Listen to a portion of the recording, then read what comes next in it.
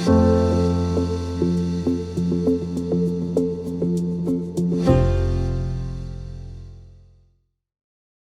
my name is Alexandra. I'm the first year student of Graduate School of Business, International Business Program.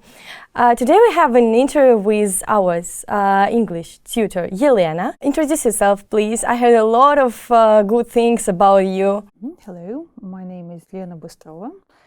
I'm a tutor at the Graduate School of Business. Nice to meet you. Can you evaluate the importance of your subject in the practical work of a young specialist? Thank you for the question. Yes, I think that it is difficult to overestimate the practical value of English for modern experts, especially when their area of activity concerns international business, right? The word international implies the knowledge of some tool of communication, right? So English in this case serves the best. Yeah, I get it. In which business branches the knowledge of the subject is necessary? Well, I think that English as a tool is an indispensable part of any activity, and we are doing our best to equip our students with all the necessary skills and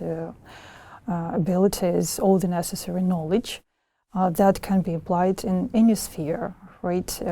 Whether you are a manager or whether you deal with international trade, whatever, maybe an economist or finance, whatever.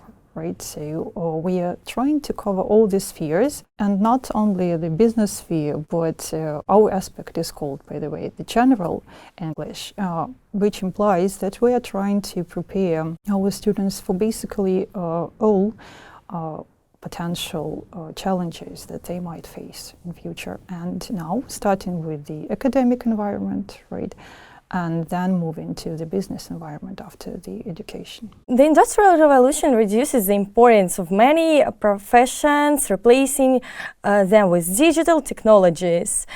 In your opinion, what are the prospects for your subject and for those students who study it? Well, I think that whatever they do, inevitably, they will continue using English.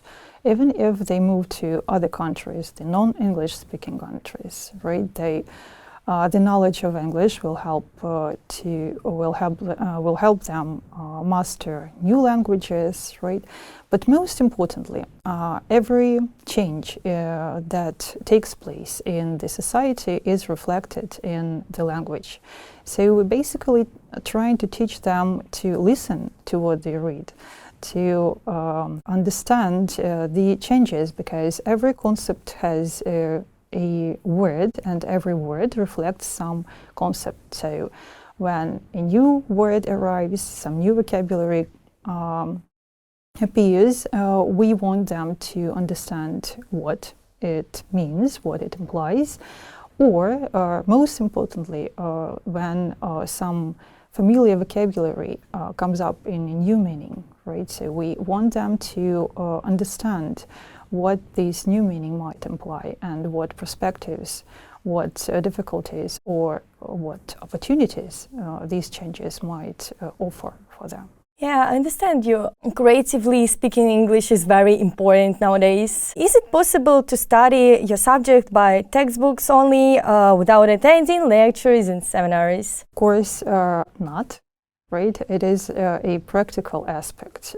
And most importantly, it is such fun to interact with students, with your group mates, and English is such a subject that can be taught in a very interactive, interesting and fun way, right? So I'm not saying that we are just having fun in our classes, right? But the activities are very interesting, and they develop a lot of skills, soft skills in the first place, that cannot be developed when you are on your own with your book, right? So I would advise to attend our classes, to develop and gain a lot, whether knowingly or unknowingly, right, the result will always demonstrate itself later. I heard you communicating a lot with your students, and I really appreciate it. What advice can you give to the first year students like me?